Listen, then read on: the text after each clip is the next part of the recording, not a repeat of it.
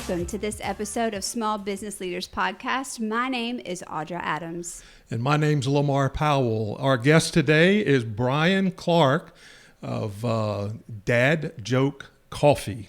Brian, I'm so glad that you're here with us today for a lot of reasons, and we're going to get into some of that today. One of my favorite reasons is because I absolutely love coffee. No, he doesn't love coffee. He is addicted to coffee. I found that most people who enjoy coming to the coffee shop they have a problem. It's an issue. Yeah. So recently I gave up coffee for a little while because I was kind of doing a test. Bless your heart. But I gave up on giving up coffee. It didn't take very long. No, it was the worst week of our lives. Yes. I think the best thing most people could do is just develop a really good coffee addiction. It's a good thing. I think it is. Yeah, for sure. Yeah. So Brian, coffee is a big deal. It is a huge deal. I know in our country and around the world, and that's the business that you're in. So won't you tell us a little bit about yourself? Yeah. So I grew up, I guess just in the South in general. My dad was in the military, so we bounced around a lot. I was born in Louisiana. We moved around the world. Okay, What? stop. What? Yeah. Really? Yeah. What part of Louisiana? Alexandria, Louisiana. Oh, my word. Yeah. Bless your heart. We're such a Louisiana. We draw almost everybody that's been here has some ties to Louisiana. Yeah. Have you noticed this? Yeah, that's amazing. That is crazy. My ties probably are not as deep as y'all's because I lived there for 10 months and then we moved to England and I've never been back. So Okay. I was there for a very short period of time. So I can't tell you really anything other than I like Cajun food. So that was basically it. It happened because you were there for those 10 That's months. It really did. Where in England? So Bentwaters was the base. It was on the northern side of England, and we were there during Desert Storm. So my dad was deployed for most of that. So, I have a little bit of a different experience with military and family going off to wars. It was my dad. So when he came back, we didn't know who he was. So he was in the desert in Saudi for over a year with his unit. And they, when they came back, he looked like an Arab. He was so dark from being in the sun, and had the beard and everything. So there's pictures of my dad holding his arms out to us, and like me and my brother clinging on to mom because we didn't know who he was when he got off the plane. And so we were there we moved back to the States in '92. And so we were over there for a good minute and then came back. So, but I don't remember much of it. Obviously, it was like the first 4 years of my life. So we didn't have time to develop like the English accents or anything. That would have been so cool, though. I always wish we were just a little bit later. Like I could have gone to like an elementary school or something so that I could have talked a little bit different. But no, we moved back. Where did you move back to? We moved back to Florida. Okay. In the Panhandle area, Fort Walton Beach. Gotcha. And then we moved to Montgomery, Alabama. And then he retired the first time. We moved to Mobile, Alabama. That's where all of my family's from. Mobile? Yeah. My mom's family. So my brother still lives there too. So I have family that's there as well. And so great place. And then he re-enlisted. We moved back to Florida. Then we spent the rest of our time there. I went to school, went to college in Tennessee. And then what part of Tennessee? Right outside of Knoxville. It's a little bitty town called Powell. And then we moved to, my wife and I got married. We met while we were in college. We got married. We moved to South Georgia. And then we moved to Montana. Hold on. I'm going through really fast. You're going through all these states really, really fast. Really quick, yeah. So, okay, let's go back to why did you pick Tennessee in the first place? So it was this little Christian college that most people have not heard of that my brother went to. And what's it called? So it's called Crown College. And we were there for a period of time. Yeah. And so it's a small place, not a lot of people had heard about it. So, but my brother went there and we had visited. I loved it. We knew some people that were there. So I decided that I was going to go too when my wife and I, we met freshman year.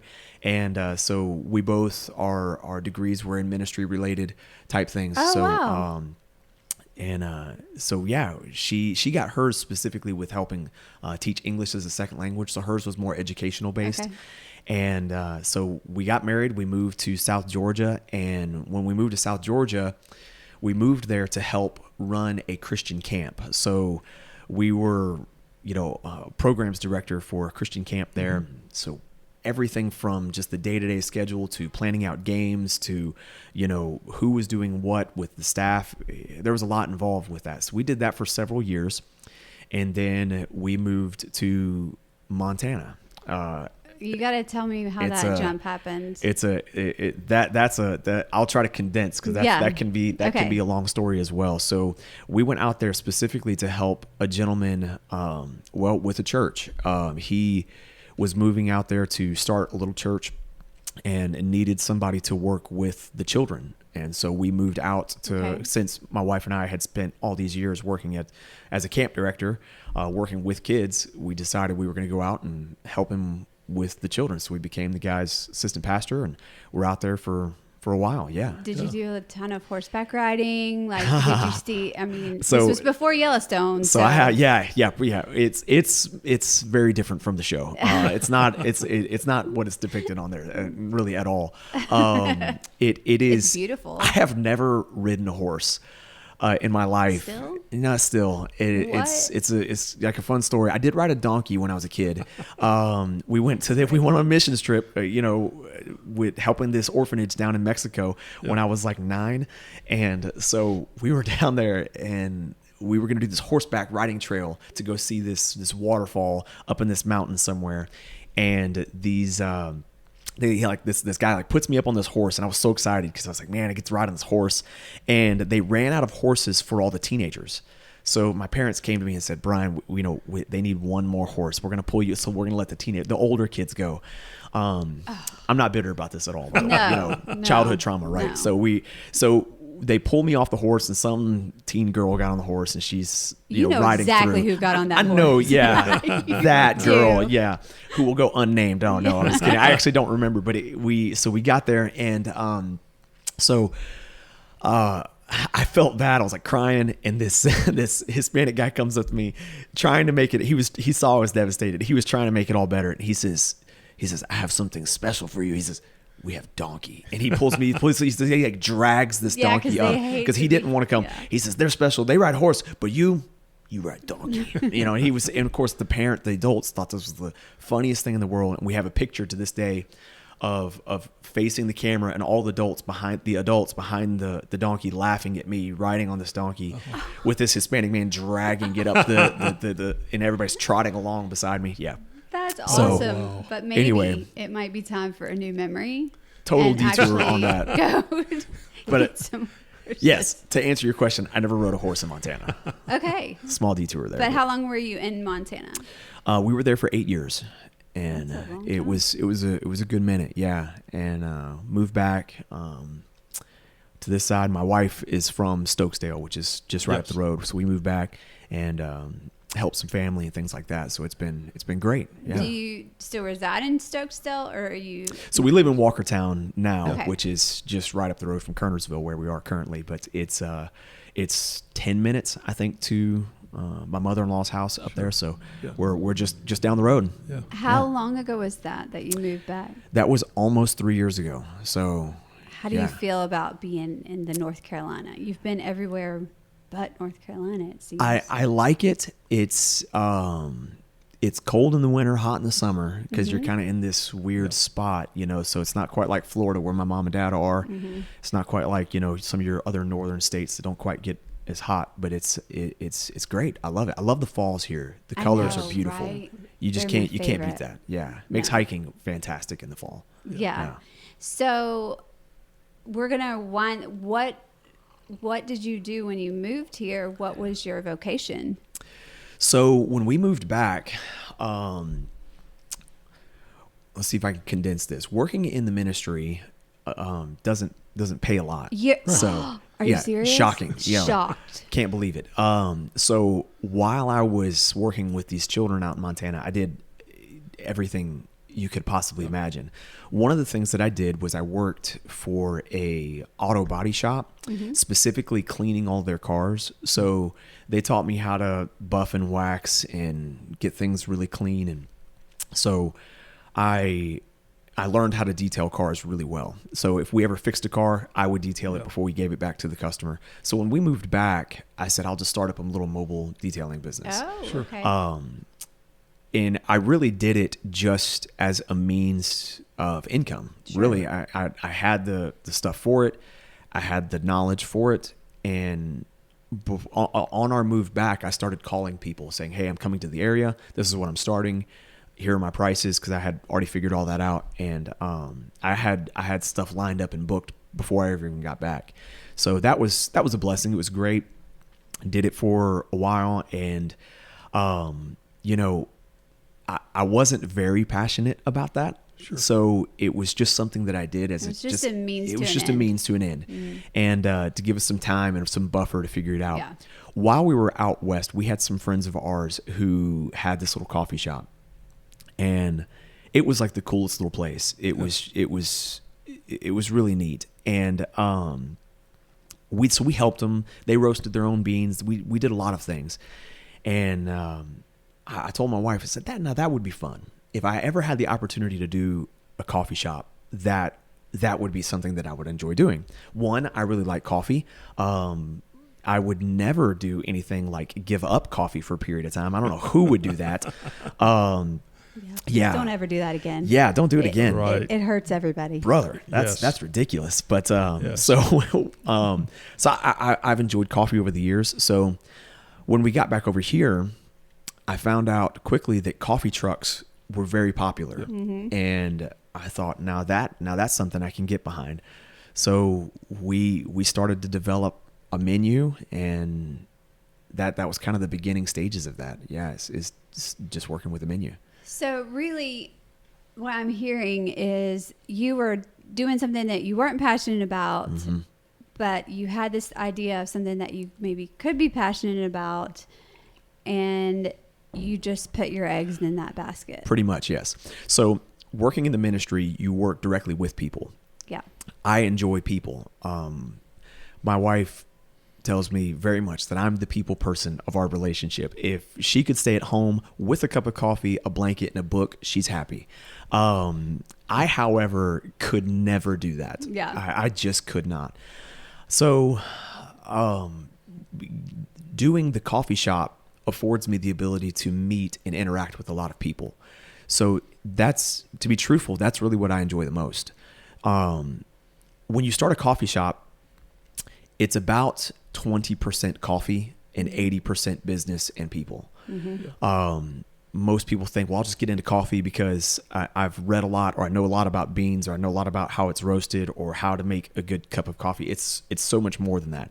So for me, I enjoy people. So because I enjoy people, this affords me to do something that I'm passionate about, because I like what comes with it. Yeah. And that's interacting with people. So I enjoy that. Yeah. So how did the dad joke part of the dad joke coffee come to be? Like, So tell this us, this is, Yeah. first of all, marketing wise, it's genius. Yeah. It's I would like to absolute think genius. that's the reason why, is because I'm a genius, but that's really not it. So, Well, I mean, I'm saying the marketing is genius. I didn't know who came up with it. So, so growing up, my dad taught my Sunday school class. Okay. Basically, everywhere we moved, if we moved to a new place, he would volunteer as a Sunday school class teacher, and inevitably, my Sunday school class was the class that he would teach. That's the one that they, wherever we moved, that's the one that needed the class teacher, was my class. So my dad was always my Sunday school teacher. So every Saturday night, he still does this to this day. If I call him on Saturday night, he's sitting in his office with his books studying for Sunday school. I know right where he is. And so every single Saturday growing up, he would go to the office and he would study for Sunday school. In the process of studying for Sunday school, we would hear him just randomly start laughing out in the office. And we all knew, like, okay, mute the TV, here he comes. He comes up TV, and he's just he'd just like stand in the edge of the living room, or wherever we were. All right, Dad, okay, I read a good one. He would tell us some joke, and he thought he would laugh. They were hilarious. We would roll our eyes and moan and groan, Dad. Yeah. And then he'd go back to the office. Inevitably, a few minutes later, I don't know how much studying he actually got done, but it was, preparing for the lesson, but he would always look up jokes to tell the Sunday school class the next day. That was part of what he did. And so we grew up with dad jokes. Well, my wife and I, we have 3 kids. So dad jokes have just kind of infiltrated into our house as well. Primarily just because most dads are really hilarious. Whether people realize it or not, dads are the funniest people on the planet. And so our kids don't think so, but we really are. We're trying to convince people of that. So we're with you. Yeah. We'll walk on So one side, you're right there. so I have always told jokes, and we were just there one day, and we've kind of started working with menu stuff, and I thought, we ought to just tell jokes to people. And my kids were like, yeah, Dad, you ought to just tell jokes to people and serve them coffee. And it was like the thought was like, boom, well, we can put, jokes on t-shirts. We put jokes on hats, jokes on coffee mugs. We could put a joke sticker on every cup, so every person gets a dad joke. And see, ta-da! Genius. That it was literally born like that fast. I ordered a sign, and we just took off with it. So yeah, and that was 10 months ago. Just 10 months ago. That was 10 months. This is my 10th month. Oh yeah. my goodness. Okay, So- Lamar, I know you have questions. Well, yeah, I do about a lot of things. What I really like, Brian, about you is I first found out about you through my daughter. She met you. She's a barista. Did I say that right? Yeah, you did. A Good barista. job. Bravo. Yeah, good job. Bravo. A barista at a local coffee shop here. She absolutely loves what she does, and she loves interacting with the people as well. But she's the first one that told me about you. Dad, you need to find this guy and meet him. And so I did begin seeing you around. And then recently my wife stopped with my daughter. And so she had the same experience. Just enjoyed talking with you and came and shared that with me. So, your reputation goes before you in a very positive way. I think it's a neat thing. And then so I stopped by and we had a conversation. I enjoyed that very much. We talked about a lot of things. And, coffee is huge. And I started off by saying that at the beginning. That's a big deal. Right. So many people drink coffee. Yeah. There are coffee shops everywhere.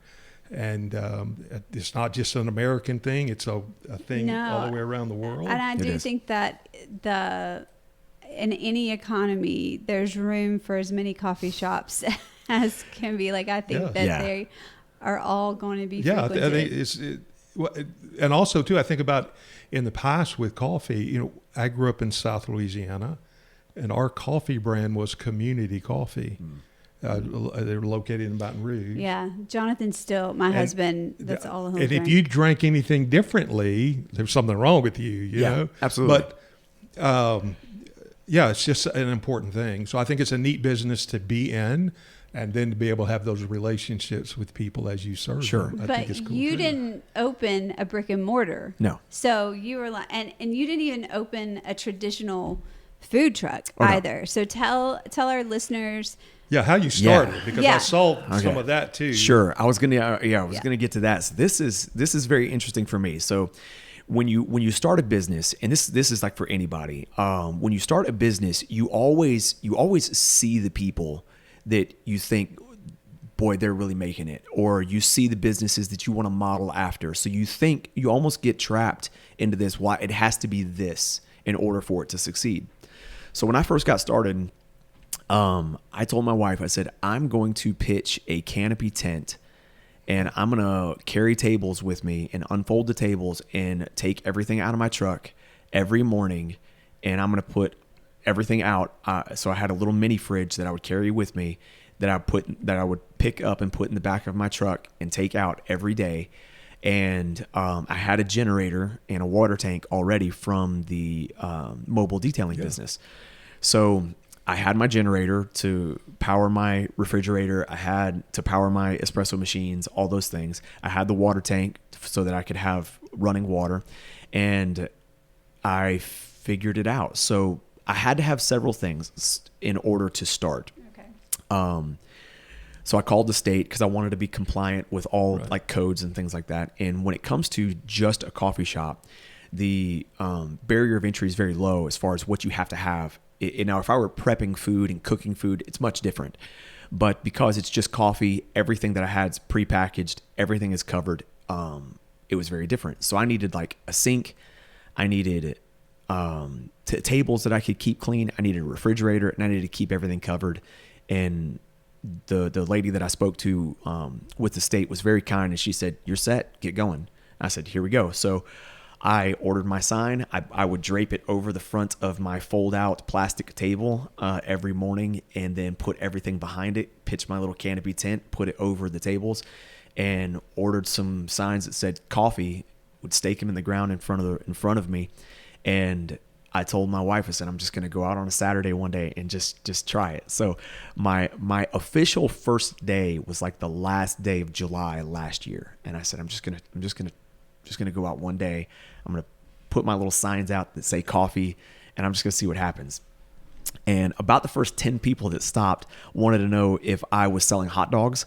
And so they didn't even want coffee. And I said, if somebody would pull in, I'd get so excited. Man, they're here to get some coffee. They pull in, and then, do you have any hot dogs, or what are you selling to eat? And I was like, actually, it's just coffee. Oh, okay, thank you. And they would drive away. My heart would immediately sink, No. So I think I sold maybe like 5 cups of coffee that first day, kind of a thing. And but a big thing with business in general is consistency is key. You have to stay consistent. You have to keep pushing, right? Mm-hmm. And the only way to the goal is through. So like you have to go through all the growing pains. You have to go through all of the struggles, all the failures, and you have to go through all that in order for success to happen. And so this was part of that process for me, was learning all of this. And I kept as much stuff in that fridge as I could. I made it about a month, and it started to catch on. People started to stop, and I was very thankful for the people that did stop by. I realized very quickly I needed a trailer. I really need a trailer. I got to upgrade quickly. So I started looking at enclosed trailers. Enclosed trailers are ridiculously expensive. They are now, yeah. It's stupid. And I thought, well, I could finance one. How do I want to do this? Then I'm going to have to cut out this window. I'll have to outfit the inside. And I was looking at, bare minimum, like maybe 20 to 25,000. But there are other trucks that I've seen that just looking at them, I can tell they're in the $50,000 and $60,000. Mm-hmm. So you can get in the hole pretty quick. Yes. I didn't want to do that because I wanted to be debt free. Like I wanted to do as much of this debt free as possible. Perfect. So I'm a big fan of like, use what you got. Yeah. Figure it out, And so I had an old flatbed 4-wheeler trailer that was covered in rust. And I said, that's it. Yeah, that's the trailer. Here we go. So I sanded everything down, put a fresh coat of like black paint on the front of it, where really there was no walls on the side. There was just a front wall on the very front of it. And mounted flooring to it, and I would drive the trailer out. So every day with my tent, I'd pitch my tent and put the trailer beside the tent so that I could work on the trailer in between customers. So customers would come by, they'd see what I was doing. They'd see, okay, what are you going to do here? And I'd show them and get ideas, and they'd pitch ideas to me, kind of a thing of what it needed to do. So I started building this trailer as customers were coming through. Yeah. And I finally got it up, put a roof on it, and painted, and things stained and stuff sealed. And I put all of my equipment in it, and I pulled it out and said, all right, let's try day one. And it was like day one. It made such a difference, and a huge difference. So, and that's my trailer. So I put somewhere in the ballpark of $1,500 of materials into this trailer, as opposed to like 10,000. Yeah. So I said, I can handle that. That's a win. That's a win, man. I love it. So plus it's a win too, because of the work, getting home, unloading every single thing and out of your truck. At least you have it in your trailer, and of course you have to tend to that, but I'm sure it's a whole lot easier. So much easier. Managing tables and tents and everything else. Yeah, absolutely. And plus with the tent, in the springtime here, the wind blows very hard. Yes. And if you're in the tent, and if the wind goes above 10 miles an hour, which it did often, you're done. You can't work because there goes your tent. So Yeah, I learned that the hard way. By the way, that was a great day. I bought one of those big umbrellas Yeah. a couple of weeks ago. Oh yeah. So I set it up, and we had a little storm come through that evening, and Yeah, bye-bye. yeah, it's gone. So now with you being on the trailer, you don't have to set up the tents anymore, or you do? No, You I don't set up the tent at all. So Okay. the tent is in its bag in my garage, and so it stays right there. So, the good Lord willing, I will never pitch that tent again for my exactly. for the coffee business. I'll pitch it for other things, but not not for the coffee anymore. So this business takes off, things are going well, and you're able to get into this pretty much debt free. Yeah. It's pay for itself. Mm-hmm. Now, is that what you need for your family to serve? I mean, is it doing what it needs to do? Yes. So the first couple of months were still relatively tight. Most businesses, there's a time period where, if you're going to start something, you have a time period. Word that has to get out, customer like clientele has to be built, stuff like that. Yeah. So I have a really good client base, if you want to call them that, for my business. People who are faithful customers, and they Or addicted. they're addicted. Yeah, that's what we like to say. Well, I'm their dealer, so they come by, and what has been fun now is that after I kind of got through that first or that couple of months where it was it was going slow. It's been a slow growth, but every month has outperformed the month prior. Wow. So for 10 months I can look at my records, and it's sometimes it's a little bit more, sometimes it's a lot more, but then the next month is just a little bit more than the months prior to that. So It's very encouraging as an entrepreneur that you see. I think it's a great way to start. Yeah. Because I know with brick and mortar, which I've done that, I've also doing tile contracting. That was different, working out of a trailer. Yeah. But different formats, and they require different things in order to operate. I know the overhead on brick and mortar is just, it's unbelievable. Yeah. that's why I opted to go with the trailer. Yeah, and I think that's a great way to start. So what do you plan to upgrade? Or are you liking your trailer? Yeah, and I don't know what you want to share, because I've had this conversation. Oh, Yeah, we sorry. talked about it. No, it's fine. We Okay. talked about it. And So This is I totally was- unscripted, folks. No, Yeah. no, Wherever my I was camera is. pumped. This is because great. You So, have some great ideas. I I'll don't tell know if you- you want to share or not share. Oh, I but don't care. It doesn't matter. I think it's yeah, incredible. if somebody else Brian. can steal the idea and make a business out of No, it, go for it. yeah, No, I was worried just about not my that. name. That's all right. But so I have like phases. So I set up the business, at least a business plan and goal, in 4 phases. So phase 1 was literally just get started. So I did that with the tent, did that with my simple stuff, and we got building menu items, building because there was a lot that I had to learn in that first phase. Where was I going to get my supplies from? There was another coffee shop or another coffee truck in town that I became really good friends with, and they have helped me out tremendously. No, I love that. Yeah. Oh man. that's great. Zach and Neil with the Struggle Bus. Shout out to those guys. They have been so gracious to me. And as a matter of fact, if they could not do an event, they would call me and say, "Hey, could you do this event for us?" And man, that just That's what it this is encouraged about. me so Yeah. much.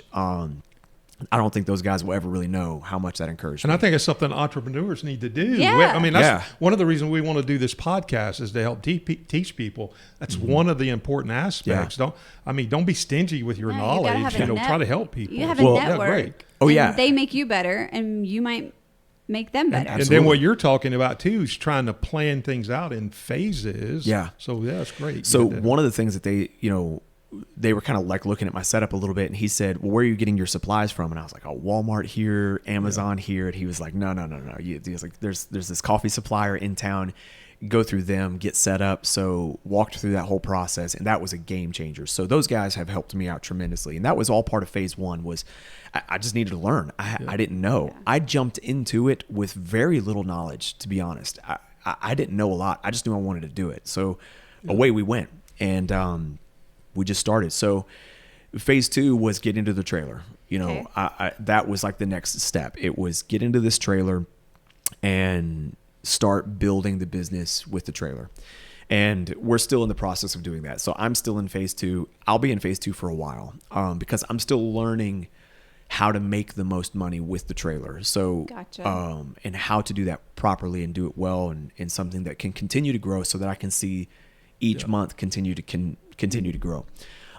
Phase 3, I don't know if this will be a reality or not, but I'd love to get like a bus, like an old rundown school bus, like gut it, paint the whole thing, and then I want to do like a legitimate mobile coffee shop, like where that would be so the coffee cool. shop on the front side of the bus by the seats is like where all of my equipment and stuff is, and people can walk up, and there'll be like seats along the wall. There'll be like a mobile hotspot so that people can sit there and do their computer like they do in a regular coffee shop.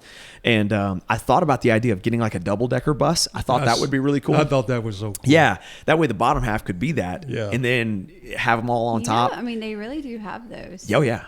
Here. I'm aware. Oh, I know. I have ridden on one here. They're great. Yeah. Well, see, I would love to do that. Like, let's say I went to like a fair or something like that, and it's like, okay, on the hour, I'm gonna do rides in the coffee bus and just like drive around with. I don't know why I'd think that'd be cool, but it'd just be cool.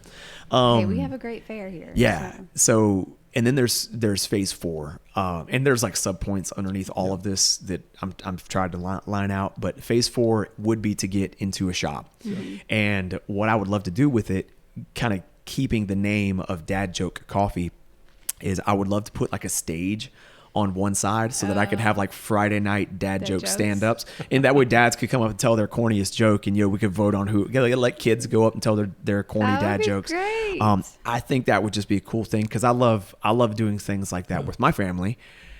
I just think other families would like it too, so I just think it'd be kind of neat, something like that. I love that you have a vision, and I love that there's so much excitement for each phase. It's not like, oh man, we're here in this phase and I don't know how I'm going to get there. You're just enjoying the journey. Yeah. It sounds like to me.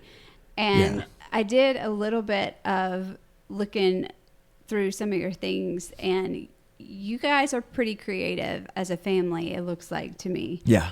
I saw a video with your children that they made with you. I think that's what it was. Yeah. I mean, it was pretty well done.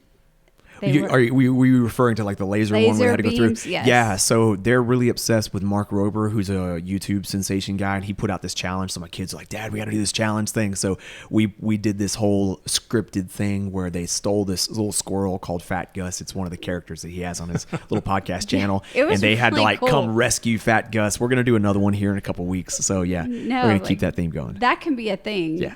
So you could just see that the home, I mean, you were in a little bit of that, but just the creativity when you have a home that is happy and that is healthy and that kids are safe and secure. And but what I look at when I saw that is like they're taking your optimism and your wife as well and dreaming big. And they're not saying, oh, well, we can't figure out how to put laser beams in the hallway. Yes, we can. And oh, you're too big to go through the laser beam. No, you go through. I mean, just different things that kids normally are just right in front of their phones these days. And to see that you're not just fostering things at Dad Joke, but you're fostering things in your own home that are tangibly a passerby like me could totally see.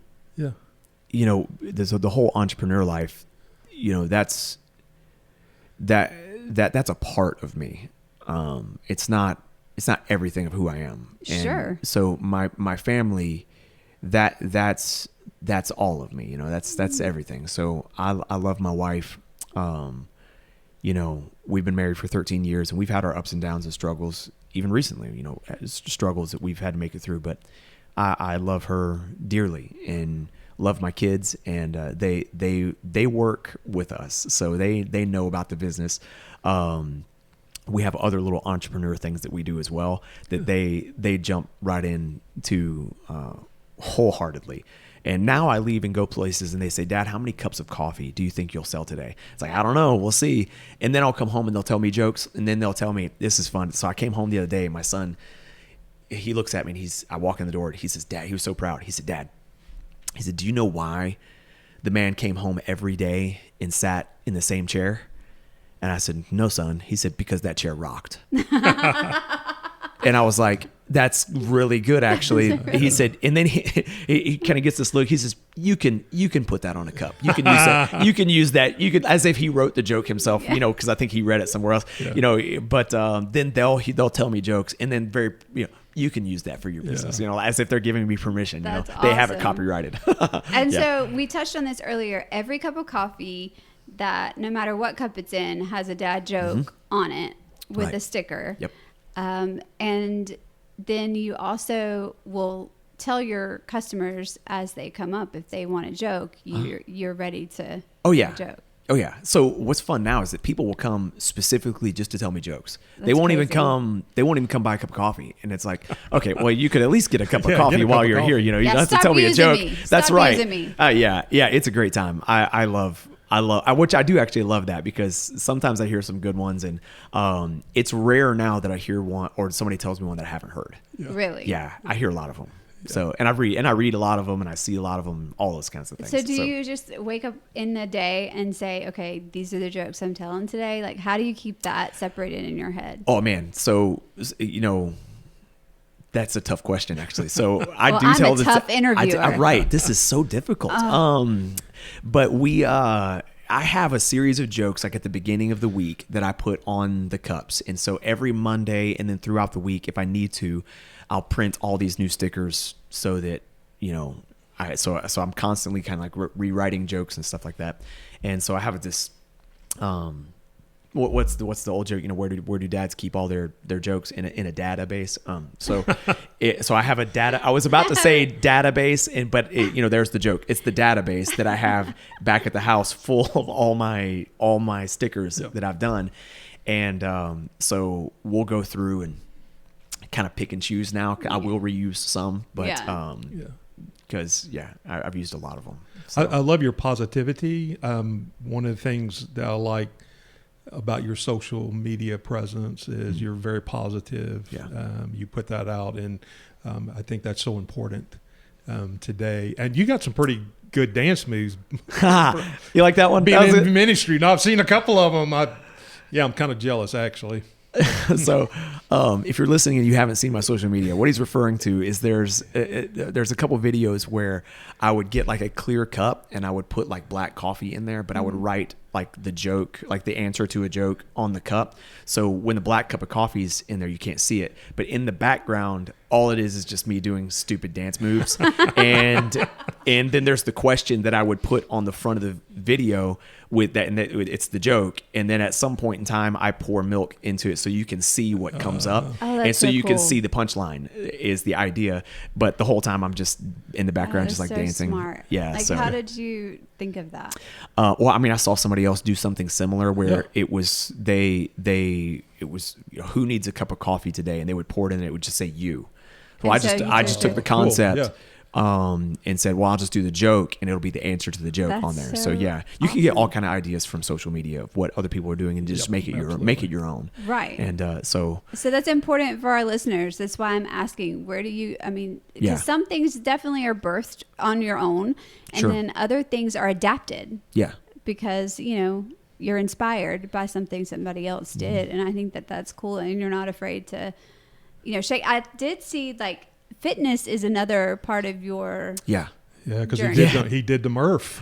Yeah. Recently. I did Murph. okay, y'all, I don't know what that is. So We know. That's why we're talking about Oh, no, he didn't. right under the bus. That was great. it. So Let's put it in reverse and back up. yeah. As long as it's the dad joke bus, that's what it is. That's right. So Murph it's a Memorial Day workout challenge that was named after a Navy SEAL who died in action named Michael Murphy. Oh. And Now the I feel workout, bad for not knowing that. the workout it's done in the fitness community around the world, really, and it's known as the Memorial Day workout. So it starts out, you run a mile, and then you do 100 push-ups, 100 pull-ups, 200 push-ups, 300 air squats, and then you run another mile. So it's this hard workout that has the bookends of a mile on to start and finish the workout. So it took me an hour and 15 minutes to do it. So and That's like not that long. That's amazing. Yeah, But you can, number one, even do it, but that fast. I think that's a pretty good Well, there are time. people that have really good times with that. So Yeah. if Well, you watch people do it, I'm going to say that was a great time because Yeah. I've never heard of it. Yeah. And secondly, it was a great time. It You're was a right. that's great a time. great You're time. so right. Thank you. Thank And there's you. a lot of variations to it that Yes. people can do. And the hardest one's with the weighted vest. So So we is it- did it at our gym too. Oh, okay. Yeah. well- so technically, it is supposed That's to how be I knew about done. it. Yeah, technically, it's supposed to be done with a 20-pound weighted Yeah, vest weighted on. vest. And the idea is that when Michael Murphy would do this, because he's the one who kind of came up with this, he would wear his body armor while he did it. So it weighs about 20 pounds. So the idea is you get some type of vest and you wear that. So that's what I did for. Yeah, it's a great fundraiser and a great memorial. Lamar, I want to see you do really that cool. next Memorial Day. I've done We're gonna some do of it. We're gonna do it variations. together. Yeah, we've committed. Oh, That's you what heard it is. it here. I'm at the gym now almost every day. That's it. I'm trying You to heard get it. after it Get after it. Yeah. while I drink my coffee. I will be there to record it. I don't know that I can participate, but I will record. I promise. Quick question: how much coffee do you drink a day? Oh. Ooh. Boy, that depends on the day. Confession. So this is what I try to do. I guess I can't lie. So I drink a lot of coffee. So I drink just a black Americano every morning. Okay. That's the first cup of coffee that I drink of all the things that I can make. It's just a black cup of coffee somewhere, and that's generally around 6:00 is when I'm able to make that. So I wake up every day at 5, and then by the time I get my machine ready to go, I can make my first one around 6:00. So 6:00, I make an Americano. Somewhere in the ballpark of 9:30, I'll either make another Americano, or I'll do some type of specialty drink. If I have to test a drink, and this is the part of the job that's just so terrible, is that I have to test all my recipes. So if I have a blue raspberry white chocolate mocha, which is what I'm working on currently, I'll make that drink 5 or 6 times before I actually put it out, just because I want to make sure the ratios are right. I put out a Reese's Pieces. Okay, a I Reese's did Pieces. see that, which I had never seen it. It's on another level. It's so good. I don't drink coffee, Brian. You could What? drink that.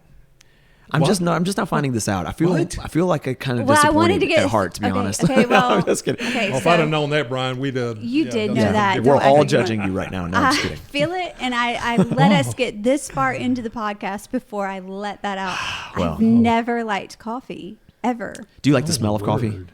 Yes, Because most people who don't like to drink it love the smell of it. I So, like the smell of it. Yeah. But yeah, the taste, I just never do you like Reese cups? very much. Yeah, you would like this new drink. It's know. awesome. Okay, well, I will visit your Yeah, it's mandatory at this point. establishment. Yes. But what if I don't like it? So Do I lie? yeah. Okay. Yeah, just He'll lie. tell you a dead joke. This was so amazing. Thank you so much. Thank you Post so it on much. social media and then go throw it away or something. I don't know, but make me feel at least Coffee's really good. gotten crazy too. There's so many different variations. Well, and you now. do like is it spritzers or blitzers or I have Slammers. refreshers or You're talking about the slammers, the I ones was that I do trying with to the name Red all Bulls. the reindeer of Blitzen. Yeah, named it was it. close. You did a good job. It took a second. You had me fooled. So they're called slammers, and she did her research before this. Let me tell you. So No, they're called slammers. So I use Red Bulls with them. So I only use about 4 word. ounces of Red Bull Yeah, in there. 'cause So it's that not the stuff will whole kill one. people. Yeah, it'll kill people. So of the energy drinks, Red Bulls have the least amount of caffeine in them. Okay, Like take me to school. like Brian. Take me to like the school. Rain energy drinks have 300 milligrams of caffeine in them. wow. A Red Bull has about 150. So it has a little bit more than like your traditional cup of coffee, something like that. But so I use about four ounces of a can, so not the whole can, and then I make basically the Red Bull lemonades. So it's a type of what they call refreshers at other places. They'll use like a lotus plant for their caffeine in other places. I decided to go with Red Bull because it's more common like people know about it. Because if I say, I use this Lotus drink, then it's like, well, it comes from this plant. It's caffeinated. And then Nobody you have knows. to talk, and yeah, then- and then it's like, but if I say Red Bull, they're okay. They get it, and they know. Yeah. So that's part of the reason why I did that as opposed to going with just the Lotus. People typically do. Right. So that's just what I noticed at a cursory glance at your business, was that it was very creative, even within what I know coffee shops are, because everybody else in my house are coffee people. Mm-hmm. So, I mean, Yeah. I've You seen raised a some lot. good Yes, folks. we are. Yes. Yeah. Yeah. I did. My kids were at your trailer this morning. Yeah. Yeah. And they called me. What a blessing. Yes. Yes. They're like, this is going to be so much fun on the podcast, Mom. He's great. He That's works great. out. We try. Yeah. Well. No. So yeah. So with the and I'll touch on the fitness thing again in a second, because that has something else to do with the business as well. But along with being unique with the coffee, something that I have done as opposed to just the jokes, like, because you can go to really any coffee shop and get a caramel macchiato or mocha. I wanted something a little bit different, so I put toppings like on most of mine. So like the Reese's Pieces drink, I put Reese's Pieces on it. I have a toffee crunch, and I put like Heath Bar crumbles on the top. I'm there for that. Like a toasted marshmallow, I put marshmallows on top, and I take a blowtorch and toast them. So stuff like that sets you apart. And even if it's just a little bit, when you hand that cup to somebody and they say, "Oh, well," they don't say that when they come out of Starbucks. So this is something that is You're the coffee unique. Willy Wonka. Yeah, I love that. That's great. That's creative. I'm Yeah. that. Good, I Audra. am. Yeah. I'm a creative girl over here. You're great. Yes. We need some caffeine to fuel that creativity a little bit more. We love it. I'm giving it to you caffeine free right now. But just think of what you could be. There's always a way to be better. I think I would be ADD this is I the entrepreneur lifestyle, is growing and being better and learning. Yes. So, okay, go back to your fitness. You said you need to touch on fitness. Yeah. So one of the things that I do with that for social media content specifically is I incorporated that because it's just a kind of a general. I'm not like the walking poster child of fitness, but I do try to exercise and stay in at least general shape. I created this thing called Dad's Got the Runs. It's a episode series on my on all my social media, and it just goes with the dad joke kind of theme. Does, yeah. And so I'll go on a run, and I'll take the camera and just, this is what I've learned. This is what running has taught me. And I always try to do two things. One, some stupid fact. Like, did you know that sloths can hold their breath longer than dolphins can? I didn't. Now you know. So like on the last video that I did on Dad's Got the Runs, it was like, this is the first thing I've learned. And then the second thing, it was like, well, consistency is key. Because in running, specifically with running and weightlifting in general, is that if you're not consistently doing it, you fall behind. And if you're going to work in a business, I don't care what business it is, if you're not consistently working at it, even on the days where you wake up, and I think all entrepreneurs can relate to this, you wake up and you sit on the side of the bed and it's just that sigh, like, man, here's another day. I got to attack the day. Even on days like that, if you just do a little bit, if you just keep working at it, it eventually will grow. You're with running, your VO2 max grows. It continues to get better. So with business, you just got to keep working at it. Consistency is key. Which is, absolutely true and relatable here. And some days, you don't feel like it's working at all. You don't see the fruit of that. And you question, am I doing the right thing? Am I in the right business? Should I be, am I capable? Am I a poser? All of those questions, I know I can say that I've had.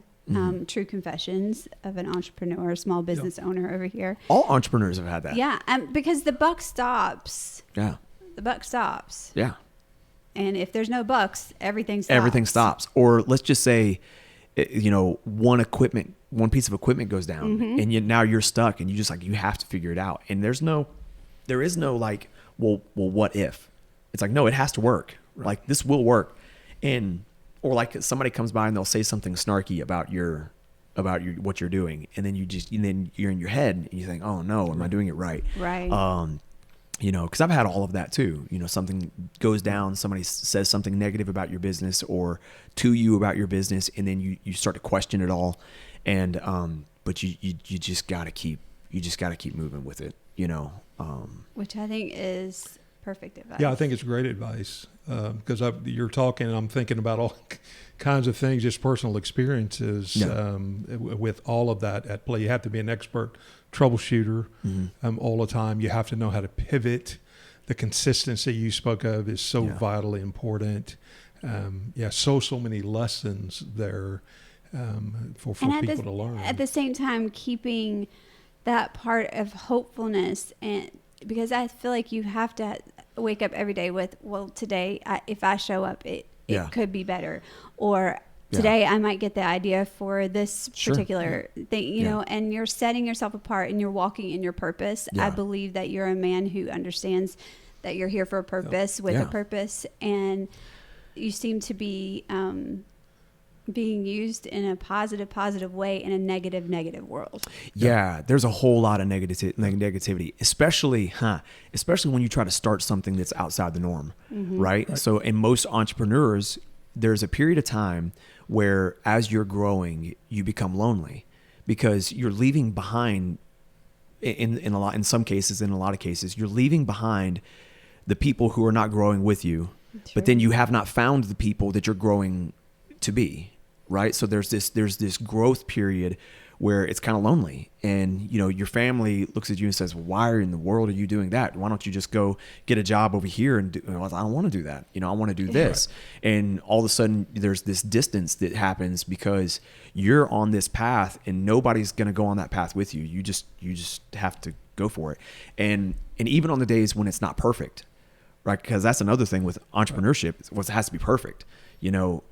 It doesn't have to be perfect. I started in a tent. It wasn't perfect, not even close. But it's the you just got to keep moving forward. You're showing up. Yeah, you just got to do it. So we've talked about ministry some, and on a few of our podcasts, we've talked about faith a little bit and the importance of that in your own life, in your business, because I know for us that is huge. Our faith. And so what are some things, how does that help you? Well, I mentioned earlier, my kids are my life and my family's my life, and they're kind of everything to me. But I guess backpedaling that maybe just a touch is that sometimes we put God on a list, right? We say, well, like God's first on the list, and I think there's a better way to say it. I think instead of God being on the list, it's like, well, God is the list. So with my wife, it's not that God comes before her. It's that God's such a part of my life. It's like, okay, Lord, how can me being a husband fit? I'm gonna articulate this a little bit. How can I be the best husband possible to please him? Right. How can I be the best father possible to please him? So if my family's number one, how can I please God with that? He's number one on the list. Number two, I'm a dad. I'm a husband, I'm a dad. Well, how can I please God being a dad? He's right there on number two. How can I please God being an entrepreneur? Number three. Well, he's number three on the list then. He becomes everything on the list. So instead of putting him on a list, he just becomes everything. And everything that I do goes back to how I please the Lord with my life. And I think for most Christians, we don't, we all fail, right? Yes. We're imperfect people. Sure. And nobody can uphold the perfect standard. Nobody can. That's why we need God, right? Yeah. And for me, that the pursuit of God is everything. Yep. Because it encompasses every aspect of my life. It's not just, where does he fall on the list? It's everything on the list falls in line with him. So, And I fail at that. Yeah. I fail at that a lot, but it's that I try. You know, Christ is everything for me and my family. He died for me. Right. Without him, you know, there is no hope. And hope in business, and hope in being a dad, and hope in being a husband comes from my hope in the Lord. Exactly. And without that, there's just no hope. Yeah. We feel you. Yeah, absolutely. We do. Yeah. Well said. Yeah. Yeah. Well, I think that you've given us and definitely our listeners a lot to chew on, or, you know, to sip on, if you will, about starting a business, being 10 months in, understanding that there are phases that you definitely need to dream in some sort of reality based, you know, Yeah. like always strive. Yeah. But, you know, everybody that sat here that is being successful has said basically the same thing. Slow go. Yeah.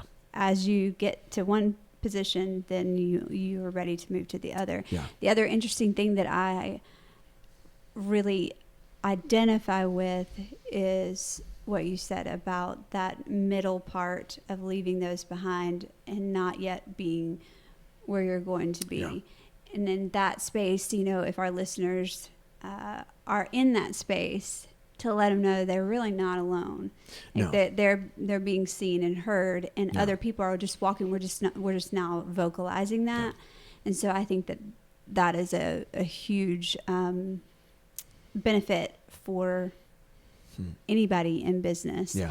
And it honestly, I will say you're helping me. I'm not.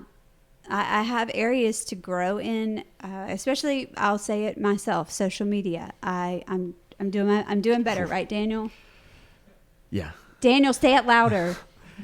Daniel's He was over very there. reserved with that. Yeah. He really was. He's really reserved with everything. I mean, you know, maybe. But just No. that's just not my, you know, that's not natural to me. But seeing that you in this economy, in this way we do things, you have to show up in those particular ways and push through, even when it's not something that you love to do, that's making you all fuzzy inside. Because there are days where you hate it. Right. Like there are days like, I don't want to extract more espresso into this cup. Like, why am I doing that? You know, but when you get through that, people look at you and it's when you have to break through all that to get to the it must be nice phase.